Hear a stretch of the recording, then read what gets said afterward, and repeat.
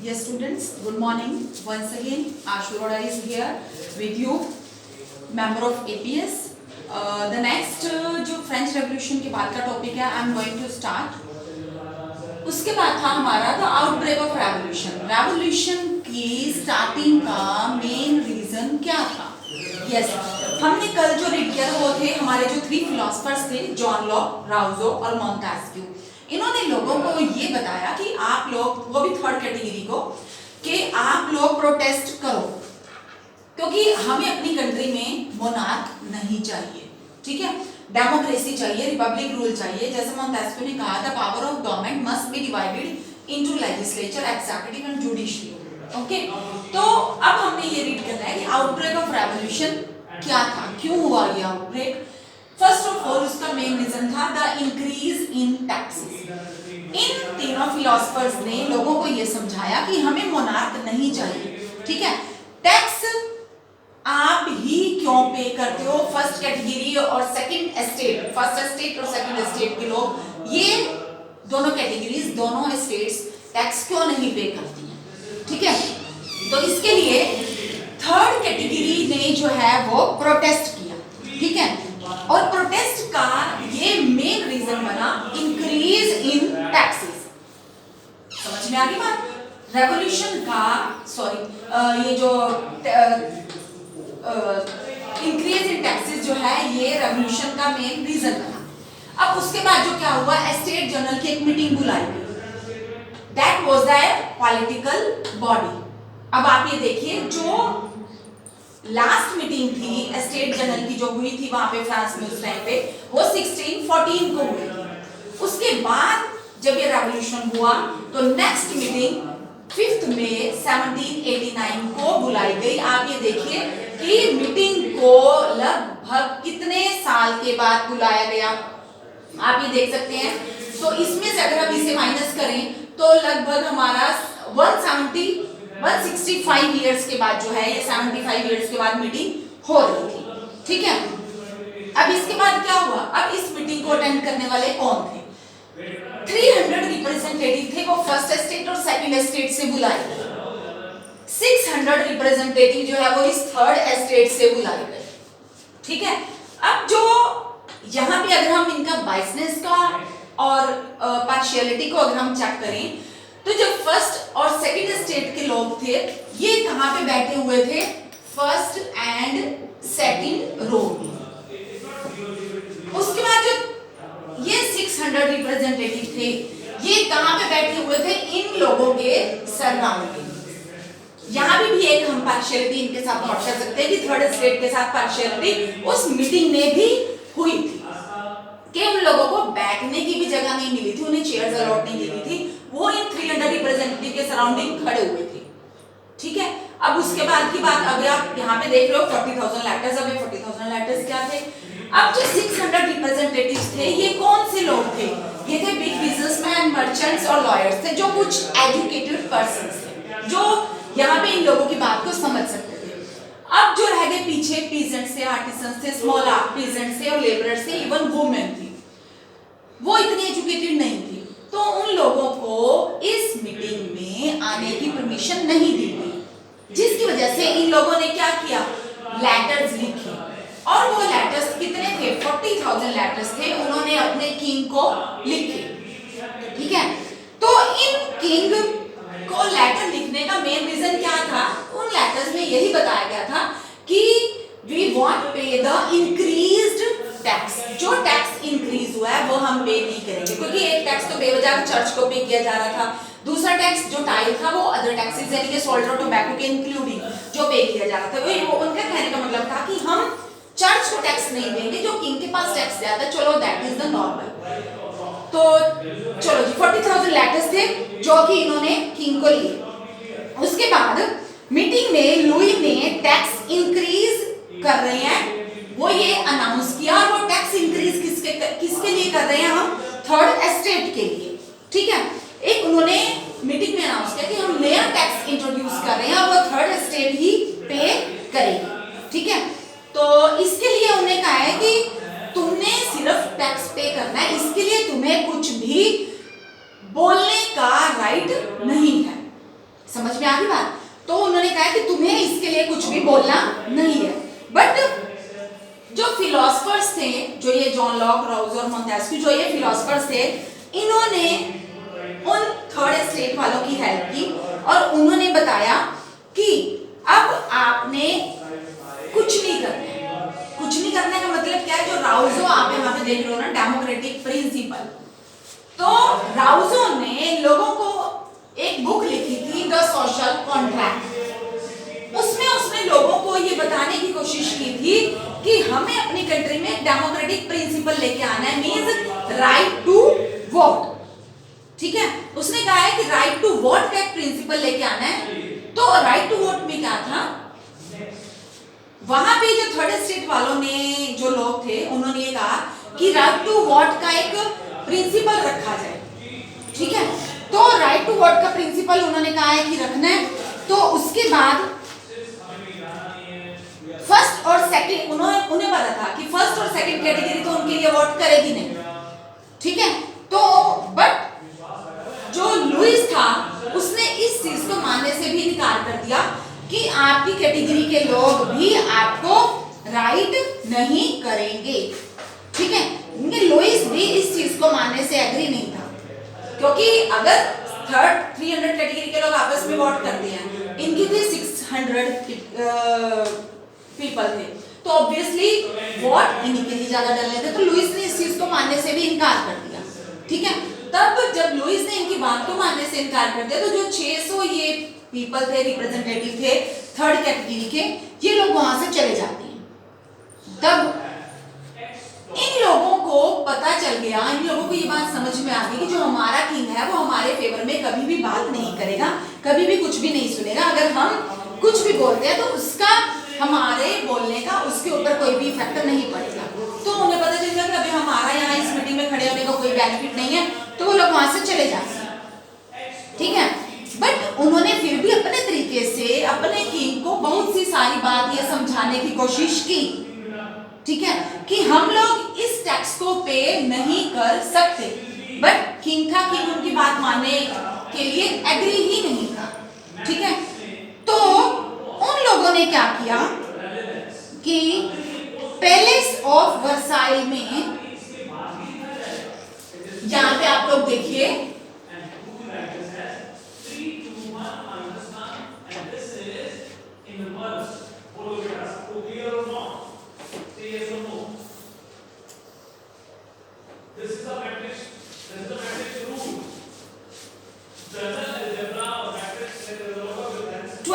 जून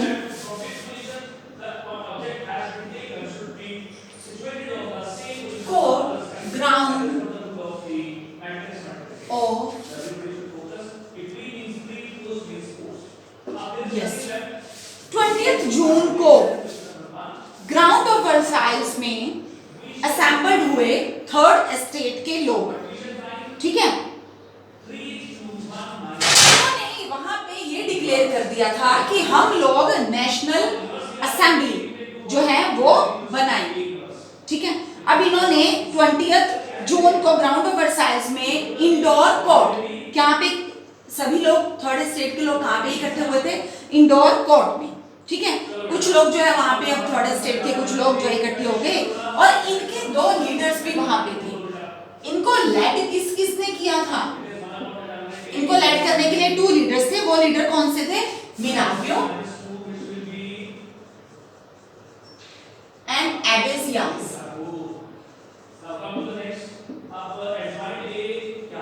मिनाबियो and एबेसियास। जो मिनाबियो और एबेसियास थे, ये भी कौन थे? मिनाबियो जो था, ये दोनों ही फर्स्ट एंड सेकंड एस्टेट से बिलोंग करते थे। दोनों ये जो फिलोसफर थे फर्स्ट एंड सेकंड स्टेट से बिलोंग करते थे। मिनाबियो जो था वो नोबिलिटी एस्टेट से था और ये कौन था? ये क्रिश्चियन था, मींस ये चर्च से था। ठीक है, ये क्रिश्चियन था। बट ये लोग इस बात को समझते थे कि जब सारी कंट्री में सभी एक जैसे ही हैं, तो कंट्री को स्टेट्स में डिवाइड क्यों किया गया है? कंट्री में थर्ड स्टेट की जो कैटेगरी है उनके साथ इतनी पार्शियलिटी क्यों की जाती है? ठीक है, तो इन लोगों ने थर्ड एस्टेट वालों का साथ दिया, इन दो फिलोसफर से। एपिसियास ने अपनी एक बुक भी लिखी है, इसने एक अपनी बुक भी लिखी है, उस बुक का नेम है what is the third estate.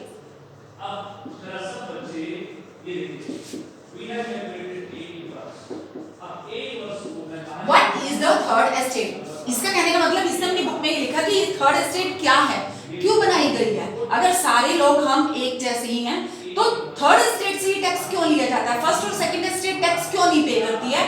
तो अपनी बुक में इसने ये सब एक्सप्लेन किया, ठीक है। तो अब यहाँ पे एपिसियास और मिराबियो ने जो है इनका साथ दिया, इनको लैड किया, ठीक है।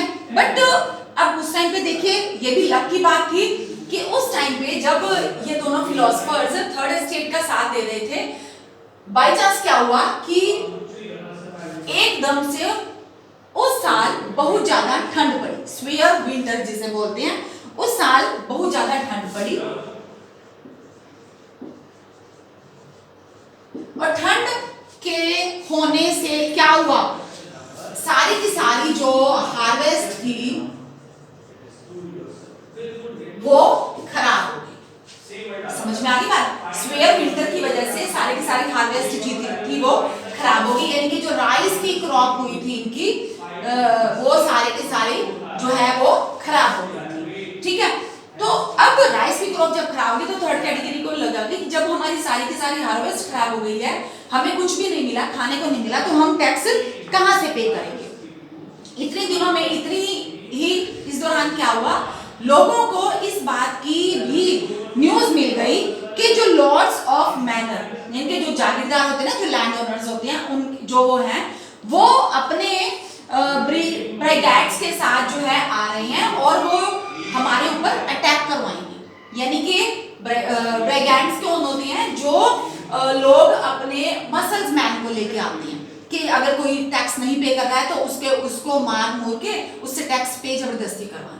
तो उन्हें पता चला कि लॉर्ड्स ऑफ मैनर जो है ना, लॉर्ड्स ऑफ मैनर जो है वो आ रहे हैं किसके साथ, अपने ब्रांड्स के साथ आ रहे हैं और वो हमें जो है हमसे जबरदस्ती टैक्स वसूल करेंगे, ठीक है। तो इस केस में क्या हुआ, लोगों में और ज्यादा गुस्सा भर गया। जब लोगों में और ज्यादा गुस्सा भर गया तो उन्होंने क्या किया, वॉल ऑफ नॉबिलिटीज और क्लर्जीज, नॉबिलिटीज और क्लर्जीज इनके घर दौड़े दौड़े चले गए और इन्होंने उनके घरों को तबाह कर दिया, एकदम से डिस्ट्रॉय कर दिया। और साथ में जो वहां पे डॉक्यूमेंट्स थे, जो लोगों ने अपनी लैंड जैसे गिरवी रखी होती है ना, मॉर्गेज की होती है, तो सारे के सारे डॉक्यूमेंट्स जो है वो आग में जला दिए। समझ में आ गई बात। तो उसके बाद जब आग में सारा जला दिया तो इस दौरान क्या हो गया, तो जो लुईस था, लुईस इस बात को समझ गया, ठीक है, कि अब इन लोगों को के गुस्से को कंट्रोल करना बहुत मुश्किल है। तो उन्होंने क्या किया, 4 अगस्त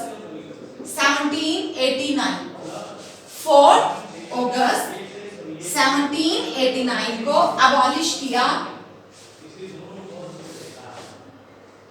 4 अगस्त 1789 को उन्होंने अबॉलिश किया था फ्यूडल सिस्टम।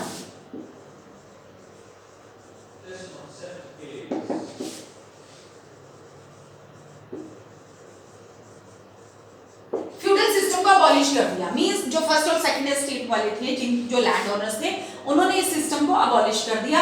इन्होंने जिसकी लैंड है वही उसका ऑनर होगा, ठीक है। कोई किसी की लैंड के ऊपर जो है एज ए लेबर काम नहीं करेगा अगर उसकी खुद की लैंड है तो। उसके बाद उन्होंने साथ में ही टिथ, जो टैक्स चर्च को पे किया जाता था, वो भी बंद कर दिया। उसे भी कह दिया कि लोगों को पे करने की जरूरत नहीं है, ठीक है। समझ में आ गई बात। इनके land confiscated from church.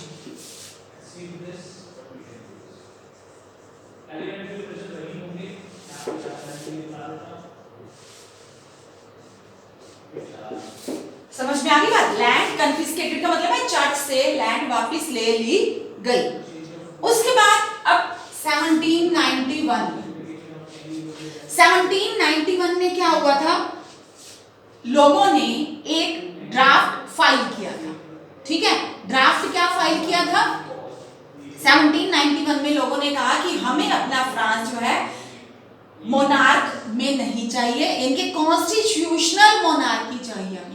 When France became a constitutional monarchy, तो एक नेशनल असेंबली ड्राफ्ट हुई 1791 में। एक 1791 में क्या हुआ? National assembly draft, national assembly draft, ठीक है।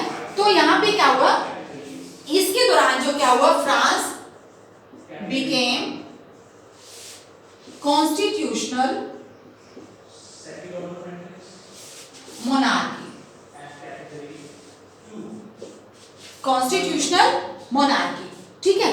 तो अब इस केस में क्या था, यहाँ पे साथ में ये भी डिसाइड कर दिया कि जो पावर है instant of being concentrated with the monarch that must be divided between legislature, executive and judiciary. जैसे कि कल मैंने आप लोगों को बताया था, जो किसने सिखाया था, मोंटेस्क्यू ने अपनी बुक में द स्पिरिट ऑफ लॉ में, कि power must be divided into legislature, executive and judiciary. तो वही जो लॉ था वो अप्लाई हो गया, ठीक है। उसके बाद कॉन्स्टिट्यूशन ऑफ 1791, उसमें अब कॉन्स्टिट्यूशन तो बन गया, लेकिन राइट टू वोट किसे मिलेगा ये भी डिसाइड हुआ कि राइट टू वोट जो मैन होंगे 25 इयर्स एंड अबव,